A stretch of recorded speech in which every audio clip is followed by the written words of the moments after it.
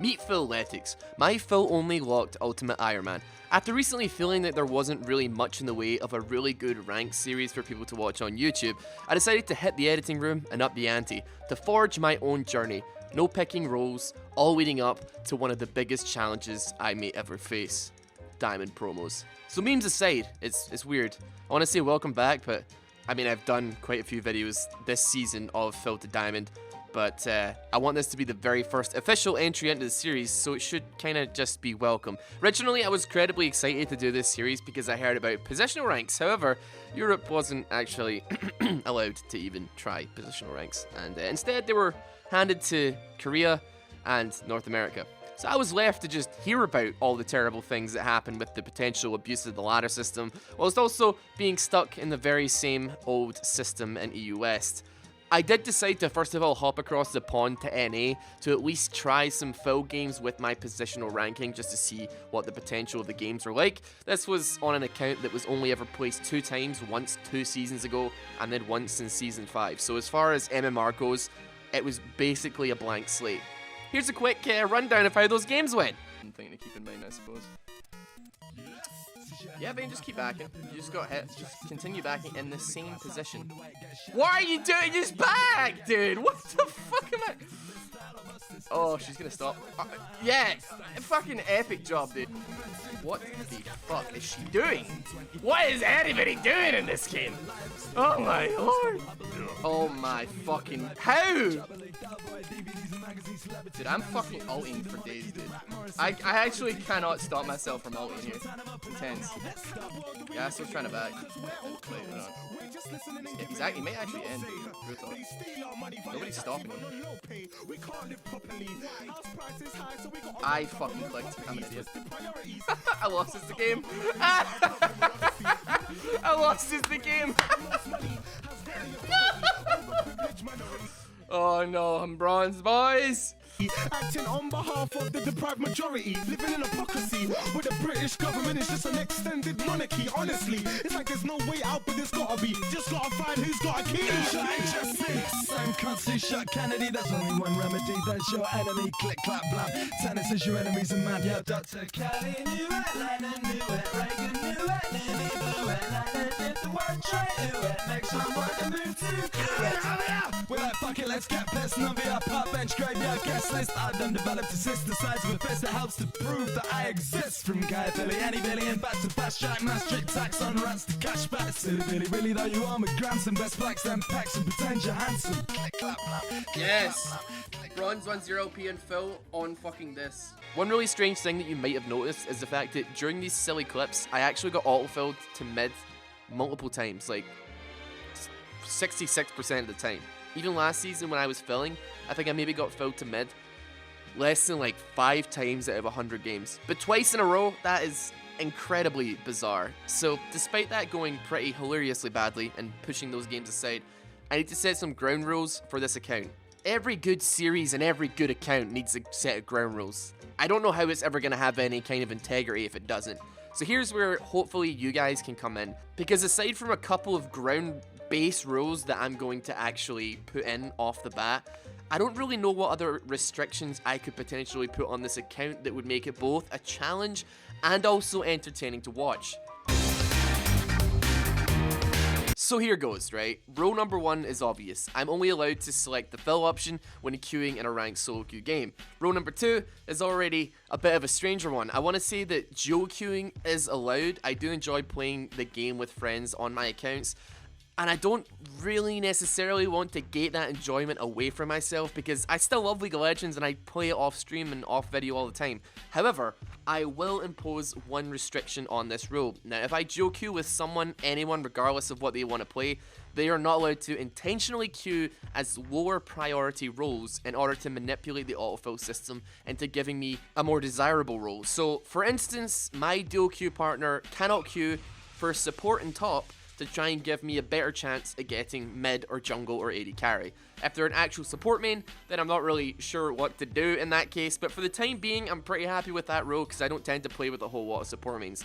Rule number 3, to maintain the integrity of the series and to continue to prove beyond reasonable doubt that every single game I play has actually been filled, I will be doing the best I can to potentially stream as much progress as possible on twitch.tv/RossBoomsocks. So if you want to follow me there to keep drastically up to date on what I'm doing, or maybe get some spoilers for the next episodes in the series, then that is where you are most likely to find me between the days of Wednesday and Sunday.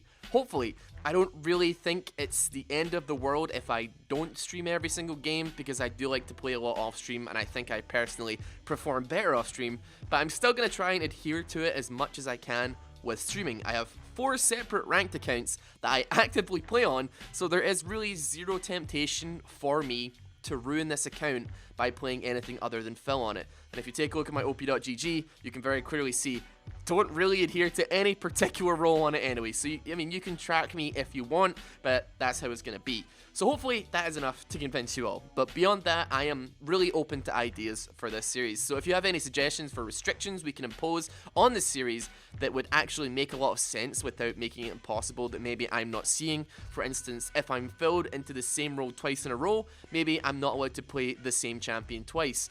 Let me know in the comment section below, and I am for real. I'm putting myself out here and making a video like this, so please, if you're this far into the video already and you haven't liked or subscribed yet, I'd really appreciate this particular video getting a few more likes than usual. I'm noticing something really fucking weird here. I'm just quickly looking at my video from like a good couple of days ago, and there's something like really weird about it, and I can't quite figure it out. So I'm gonna show you guys. I don't know if you can help me figure out like what is going on. There's something I can't figure it out.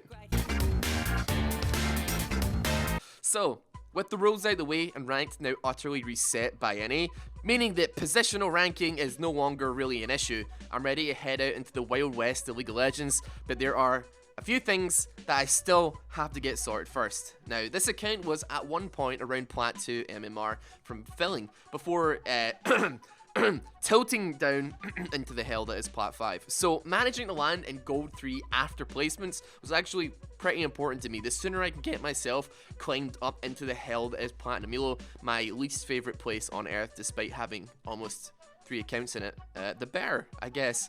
But for me, if I'm going to make this happen, a person who has only ever peaked to Plat 1, and I've never been Diamond actually myself, if I'm going to make this happen, I'm going to have to make a list if I'm going to be filling every single game. And that list is champions that I can actually play. This is going to be like the most important thing of the whole damn series. There are a lot of champions that I have played over the years. I've been playing League of Legends for many years, and there's undoubtedly champions that I am better than average at, and there's quite a lot that are not so much. But for someone like me, I get very bored very easily with playing champions too many times. It's too easy for me to play a champion, win a couple of games, then flip between other champions I'm not so familiar on, and play them only to lose my entire progress. Now this list is hopefully going to solve that issue if I can stick to it, and it should be pretty simple. I create a list of each role, and within each subset of roles on that list, I list no more than 5 champions that I can really play in that role. And unless a role restriction in the future says otherwise, I will do my best to abuse only those champions to make sure that I have the most realistic chance of actually making this happen. So after careful deliberation, here is what my list looks like. So first of all, top lane. My first couple of picks weren't too hard, but finding a balance between carry champions and tanks, which people seem to never want to play, was kind of difficult. These picks were Pantheon, Urgot, Sion, Cho'Gath, and in the end, I decided to go with a couple of champions that I had experience on, but wasn't necessarily 100% on, and they were very situational. Those were Jax, Tryndamere, and Garen. Likely though, these final picks would never come into play particularly hard, but we may see them down the line. Now for jungle, this is undoubtedly my worst role in the entire game. I was very limited by this, so I decided to try and minimize the amount of mistakes I could possibly make on an account. This meant, for the most part, playing just tanks or champions that could power farm until a certain point in the game and then become really difficult to deal with. So in the end, I settled with Rammus, Sejuani, Zac, and a personal pocket pick of mine, AP Shyvana. Now for mid, whilst I was entirely unlikely that I was ever going to get mid lane, it was still it kind of made sense to expect the unexpected. So keeping that list fairly short, Vhagar, Kassadin, and Annie were champions I felt like had a good mix between good early and decent, or in some cases, particularly fucking insane late games, very large teamfight potential, and the best potential for playmaking to close out games. As I say, despite the fact that all my games on N8 were filled to mid, E-West was not going to be so kind to me, and I cannot expect to ever get this lane. So I entirely do not expect to even really touch on these champions, and I'm probably not going to really try and practice them too much out with ranked, which may come to bite me in the ass later in this series. So bot lane, this one was pretty comfortable. I have played a lot of ADC over the years, although my most played pick is Misfortune, and she's not really that great right now, but I still had to accept the fact that she was my most comfortable AD carry. So alongside Misfortune, we got Ezreal and Tristana were my main picks. Very safe, or Tristana really aggressive. However, I'm not adverse to multiple other ADC picks, so we'll just see how it goes. I don't think it made sense to list like every single ADC, because I am fairly comfortable on pretty much all of them, beyond like I think Sever and Kalista are the only two that I'm a little bit funny on. Now support was by and large the easiest and the one that I played the most of throughout the entire course of this series. It boiled down to basically just all of them, like for real. Not even really that big a deal, like, but if we're gonna have to decide on 5 or so, I'm probably gonna have to say Janna, Wooloo, Blitzcrank. I'm gonna throw an Alistar in there as well, and although he's not really totally amazing right now, Rakan is a support that I am very comfortable on. So we're just gonna have to go with that one. So we have our rules, we have everything set out, and we are ready to pursue this and see where it goes. This video is getting kind of long with just the outset of the rules, so I'm gonna have to say that you guys are gonna have to wait till the next episode to see what happens.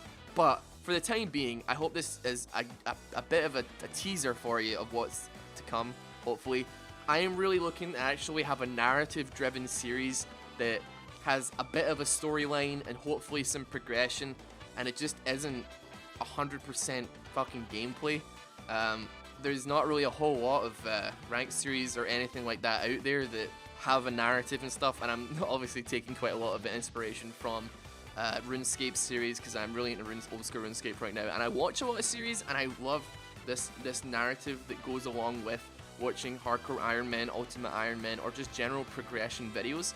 And it's really satisfying to watch a series like week to week and see things as they climb and get better and better.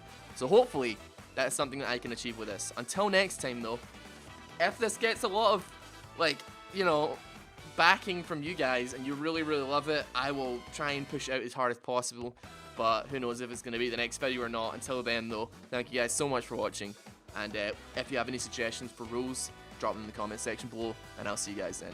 Take care, goodbye, love you guys.